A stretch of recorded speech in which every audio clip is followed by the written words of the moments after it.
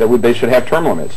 And they should have a supermajority for raising taxes. That's right. And so, you know, it's not necessarily structure as much as I think the policies that are being implemented and the kinds of people that are being elected to office. And that's why redistricting reform is so important. Well, he does make an interesting point about that. First of all, regarding redistricting reform, WCVI was strongly against this last Proposition 11. And WCVI the William C. Velasquez Institute. And as a redistricting practitioner, having gone through the 2001 process, I in no way defend what happened in 2001, and we wanted real redistricting reform, but Prop 11 wasn't, and it was done in a way that was, in our opinion, was going to work to the detriment of a lot of underrepresented communities.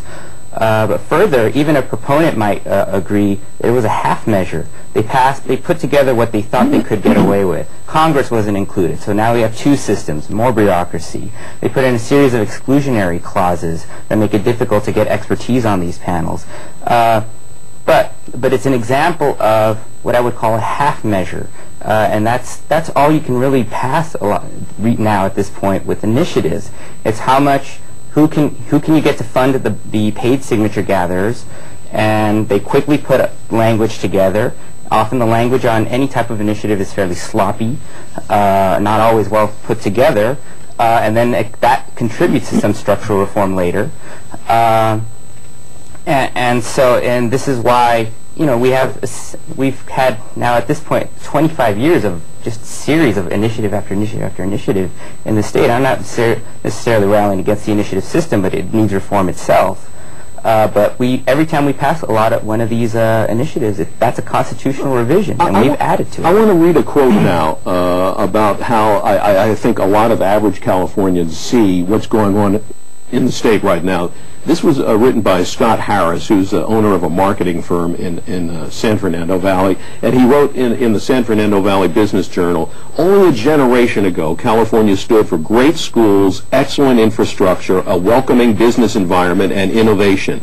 Our schools now are a joke. Our infrastructure is crumbling. Businesses cannot move away fast enough, and our young people are leaving too.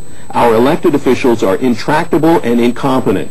We're on the verge of insolvency, and a once great brand is now a national joke." It's hard to argue with that. Absolutely. He's absolutely right. I mean, he's absolutely right. We did have better schools, we had better infrastructure, and we didn't have as many government programs, and we weren't taking as much money away from people, and we weren't placing as many burdens on California businesses. But when you look at what the legislature has done, and the governor, I know he's a Republican, but he's been acting as a very liberal Democrat his last incarnation, has signed off on a lot of policies I don't believe Gray Davis would have signed off on. And that burden has hurt businesses in California. In the last 5 years, 85% of the job growth in the state of California has been government jobs.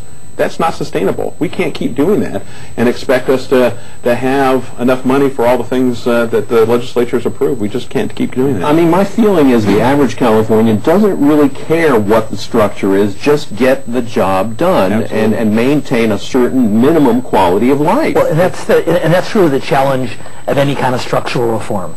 Term limits, part-time legislature, constitutional convention, redistricting. Normal people don't really weigh in on debates like those. They are interested, as you said, in schools, in jobs, in public safety, and environmental protection. And so the key to any structural reform is framing it in a policy context. But I think the quote you read was a really important one, Dave, although it was incomplete. There's something else that California had in that era that we do not have now. They had a Cold War. They had a decade after decade after decade military buildup, which fueled an aerospace industry in California, which provided a burgeoning tax base, which allowed the state to afford the roads and the schools that we all remember with such fondness. That aerospace boom ended in the early 1990s. A budget crisis later, it was replaced by a technology boom. A budget crisis later, it was replaced by a real estate boom. I would suggest to you that what we are seeing in Sacramento now is a lot of finger crossing. That if we just push off enough of this debt into the future and wait for Silicon Valley to invent something else really, really lucrative, well, that will save us, just the way the aerospace and the technology and the real estate booms have saved us in the past. So the gentleman's point is a good one, but the solution that he is implying, whether he knows it or not, is an extraordinary economic expansion, and we can have a separate debate about what it would take for that to happen. So you're saying that the idea now is to buy time until we figure out what the next boom is going to be in California. Precisely. Yeah. I'm not sure that if you're talking about sustainability, for a long time, and really going way back in history, California grew faster than the rest of the U.S. From the time it became a state in the middle of the 19th century. We're now about an eighth of the population, about an eighth of the economy, and so on.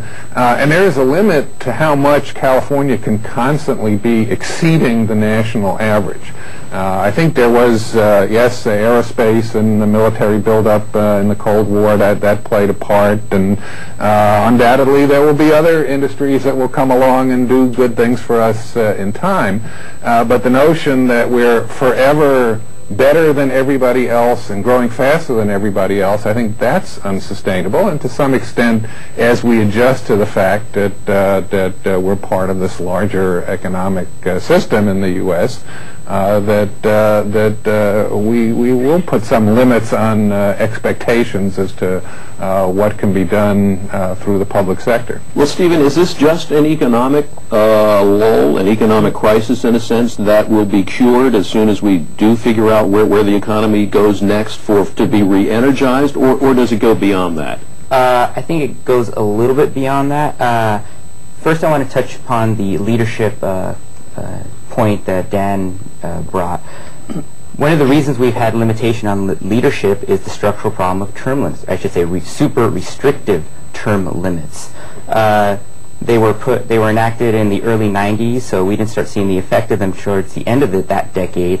And what they've done now is created a generation of state legislators who, the minute they get elected into office, they're immediately thinking, where am I running next? And that limits someone's desire for a long term, because yes, I think that is a good fair point that they are starting to think, all right, I got to get the quick popular decision so I can make sure I have some place to land. But these restrictive term limits have basically handcuffed our legislators into not thinking long term.